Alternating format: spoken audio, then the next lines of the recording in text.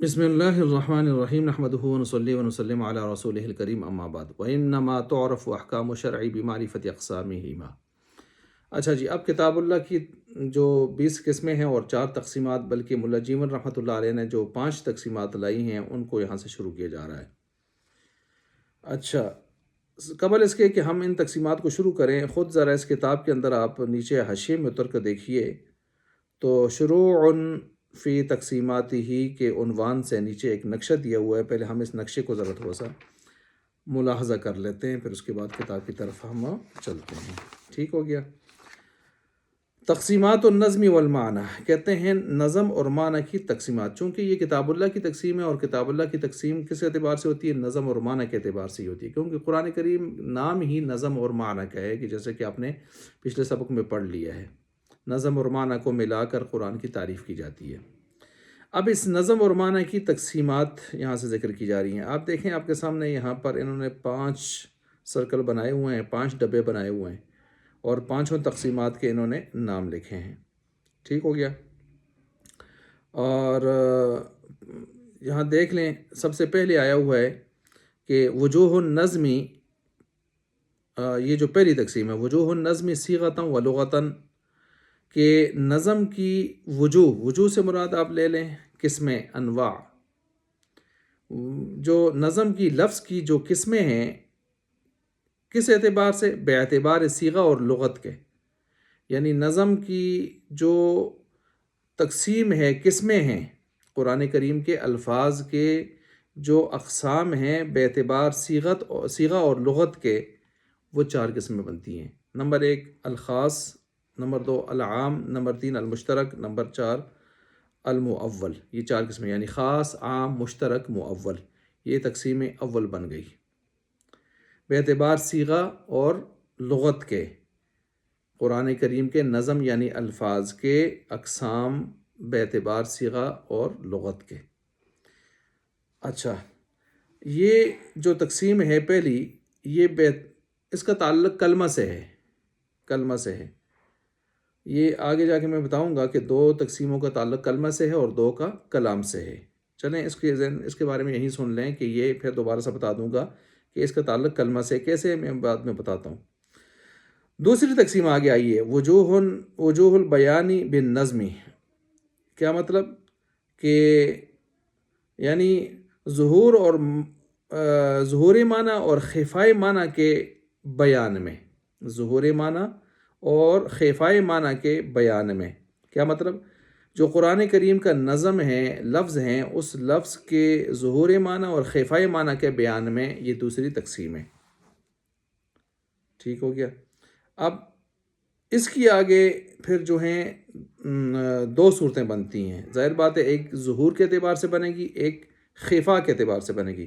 تو ظہور کے اعتبار سے جو بنے گی اس کا نام ہے ظاہر، نص، اس کے اندر جو 4 قسمیں ہیں، ظاہر، نص، مفسر، محکم۔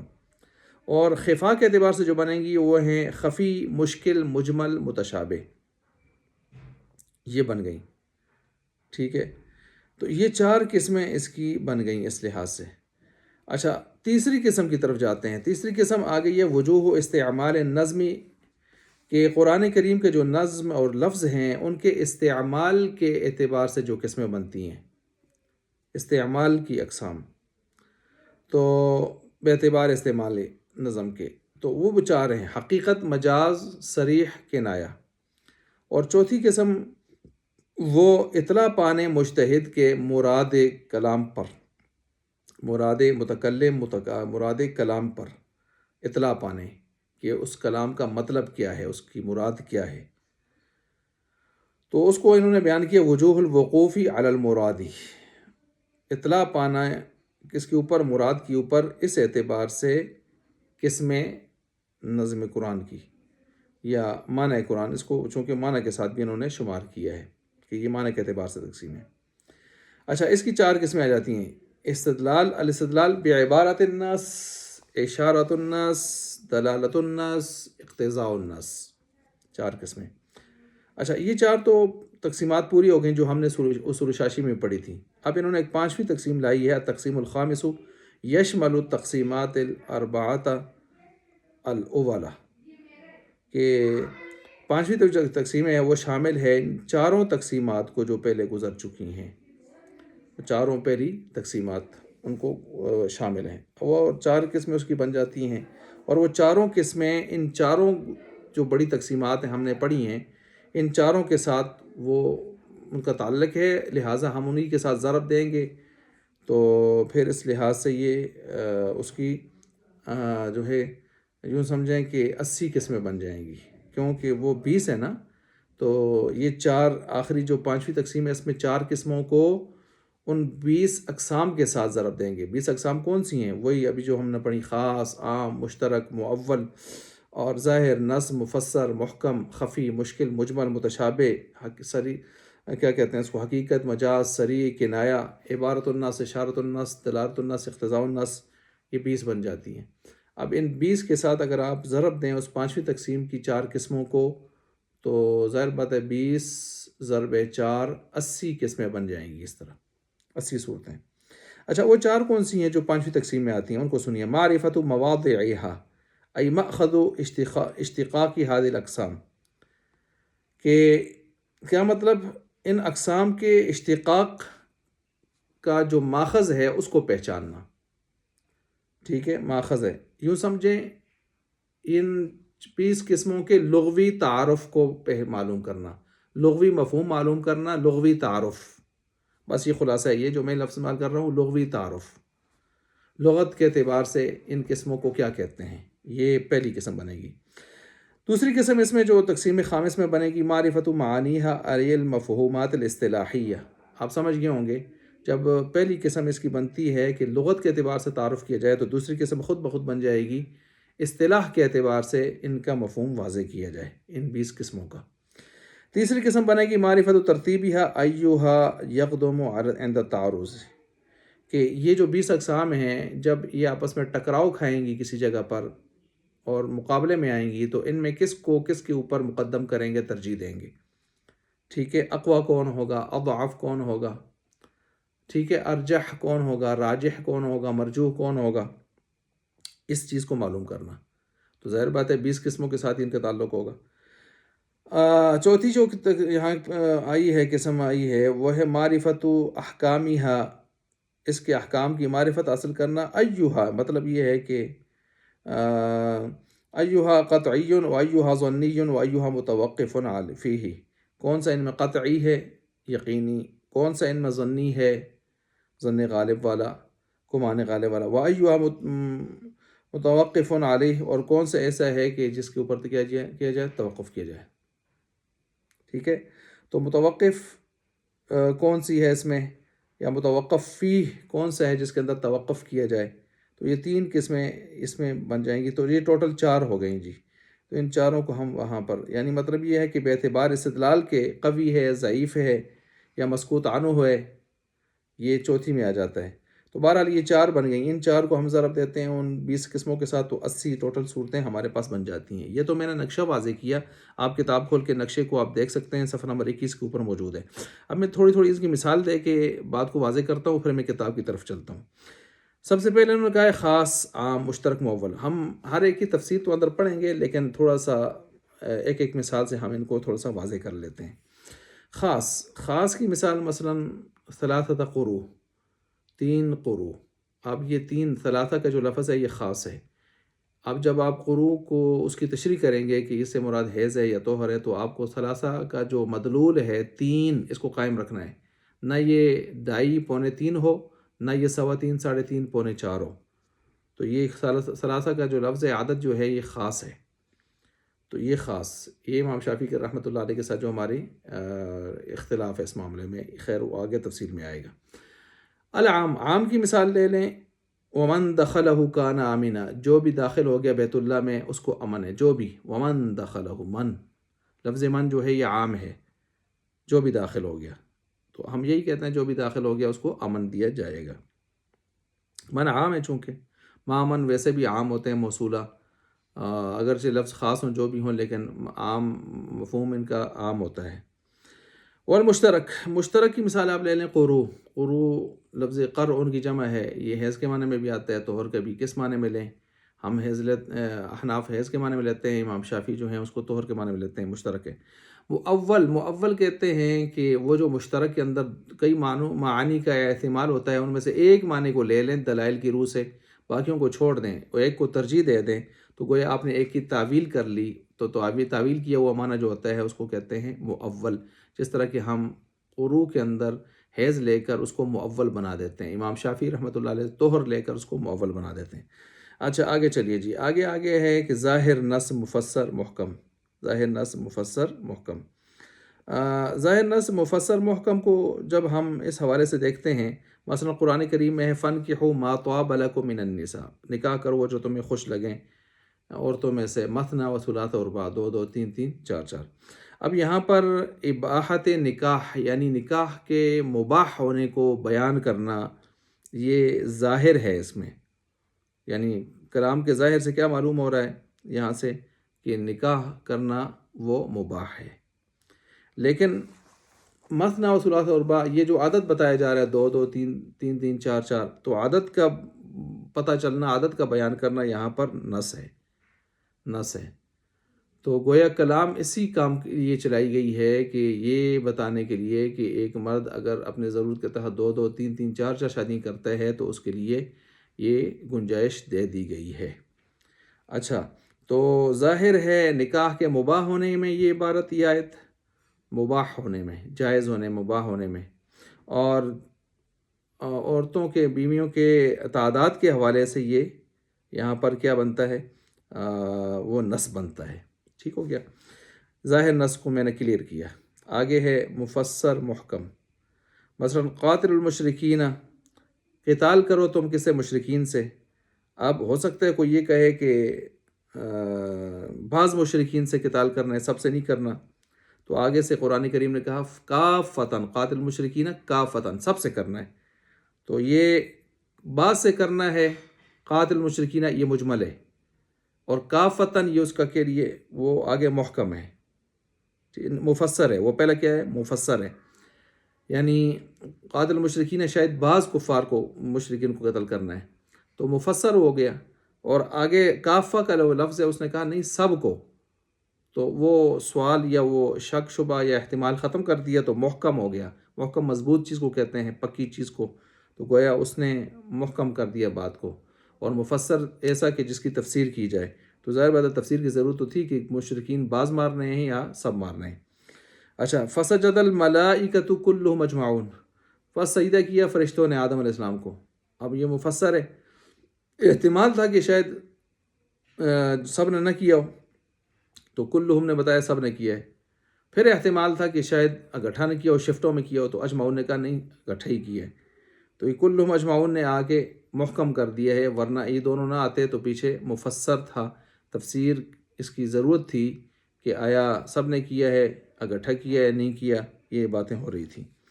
اچھا، یہ ظاہر نص مفسر محکم کو میں نے کھول دیا۔ آگے چلیں خفی مشکل مجمل متشابہ، مثلا قرآن کریم میں ہے السارق والسارقۃ فاقطعوا ایدیہما، چور چورنی جو ہے، مرد ہو عورت ہو مرد ہو، ان کا ہاتھ کاٹنا ہے۔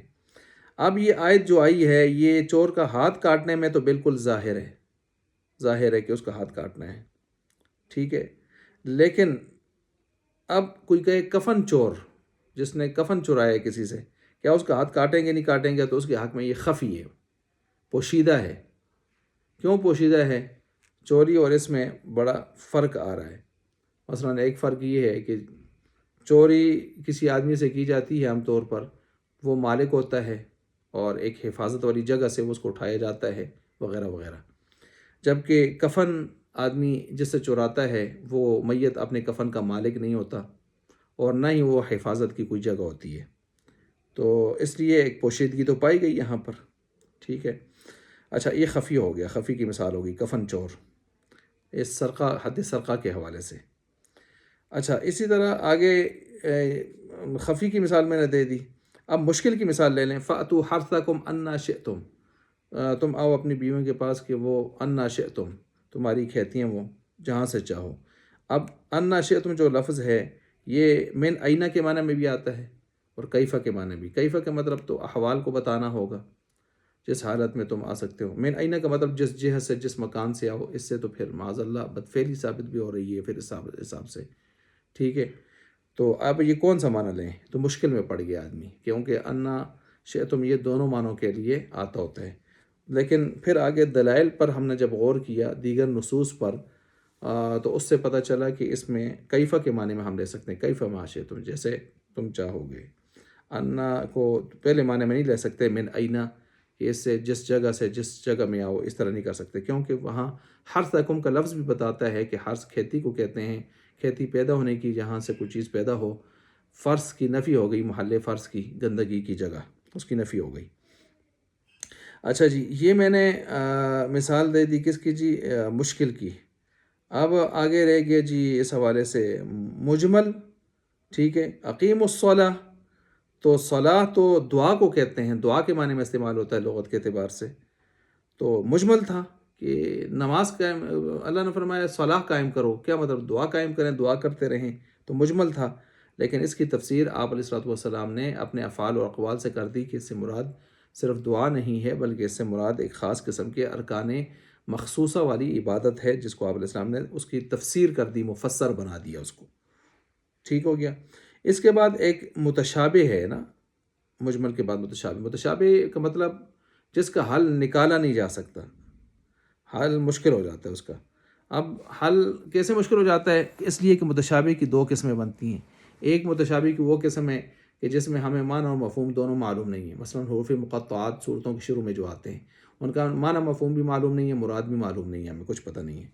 دوسرے وہ ہیں کہ جن کا معنی مفہوم لغت کے اعتبار سے ہمیں پتہ ہے، لیکن مراد کا پتہ نہیں، جیسے یدن کا لفظ اللہ کے لیے استعمال ہو جائے، ید اللہ فوق ایدیہم، رجل کا لفظ استعمال ہو جائے اللہ تعالیٰ کے لیے، ساق پنڈلی کا لفظ استعمال ہو جائے، ٹھیک ہے۔ تو اس طرح کے لفظ جو اللہ کے لیے استعمال ہوتے ہیں، تو وجہ کا لفظ اللہ کے لیے استعمال ہو جائے، تو اب اس کا معنی تو ہمیں آتا ہے، ان کا، ان حروف کا، ان الفاظ کا، لیکن ان کی مراد ہمیں معلوم نہیں ہے۔ کما یلیق بشانہ، بس جس طرح اللہ کی شان کے لائق ہے اسی طرح ہم ان کا جو ہے مرادی معنی لے لیتے ہیں۔ ید اللہ یعنی اللہ کی تائید، مدد، ٹھیک ہے۔ رجل سے مراد روب، دبدبا، یہ لے لیتے ہیں۔ ساق تجلی لے لیتے ہیں۔ وجہ سے مراد اللہ کی رضامندی لے لیتے ہیں، الا ابتغاء وجہ ربہ الاعلی۔ اچھا جی، یہ میں نے دوسرے کی بھی تشریح کر دی۔ اب تیسرے کی طرف جائیں تو تیسرے میں اگر آپ دیکھیں، اچھا یہ جو محکم ہے نا، محکم کے بارے میں ایک اور بات بھی سمجھ لیں۔ ایک محکم لذات ہی ہے، اپنی ذات میں محکم ہے، یعنی اس کا نسخ نہیں ہو سکتا۔ نسخ کیوں نہیں ہو سکتا؟ اس لیے کہ وہ نسخ کے قابل ہی نہیں ہے، وہ بہت پختہ چیز ہے۔ مثلا اللہ تعالیٰ کی توحید والی جو آیاتیں ہیں، ان کی تنسیخ تو نہیں ہو سکتی، یہ تو ہمیشہ زندہ و تابندہ رہیں گی۔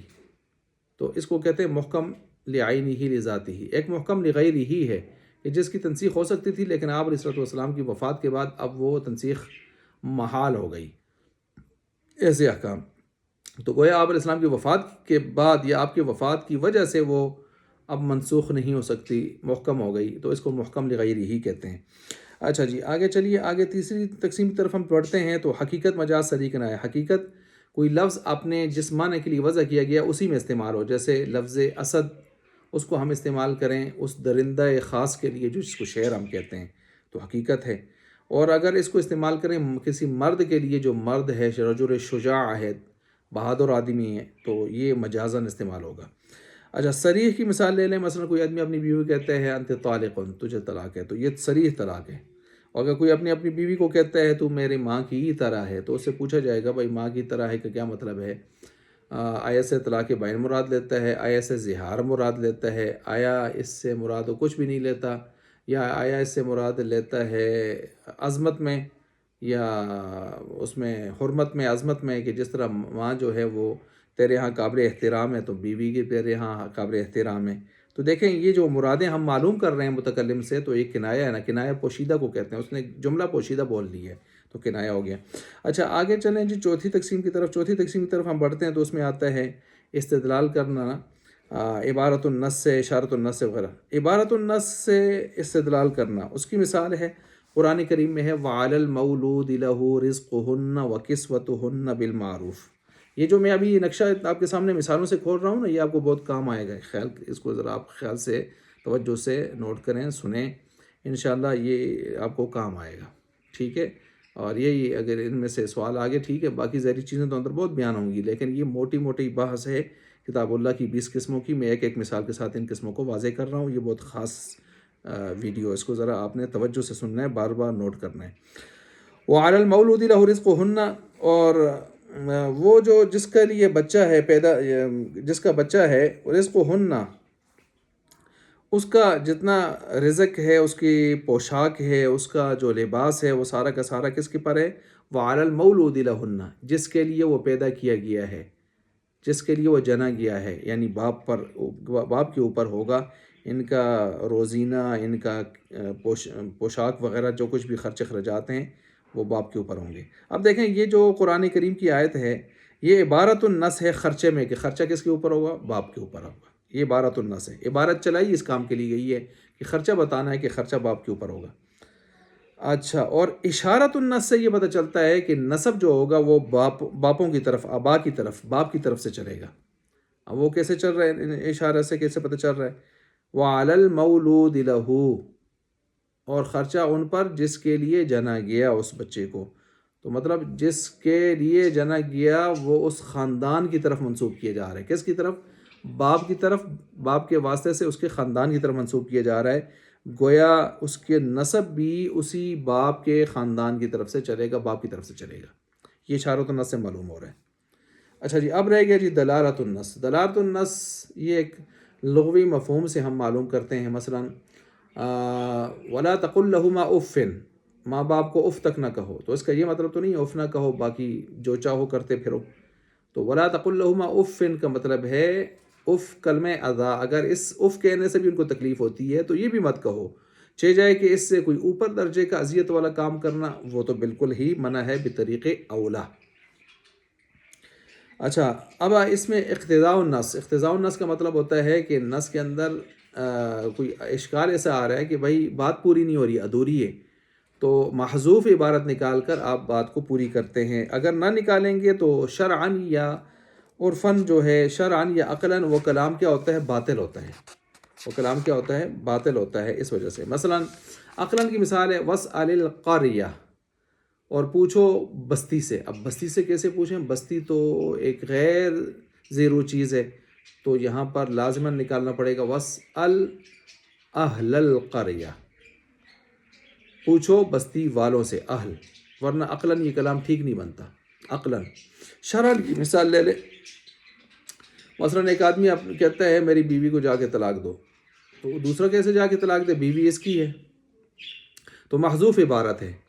میں نے تجھے اپنی طرف سے وکیل بنایا، تو میری طرف سے وکیل بن جا اور اس وکالت کے ساتھ جا کے میری طرف سے اس کو طلاق دے.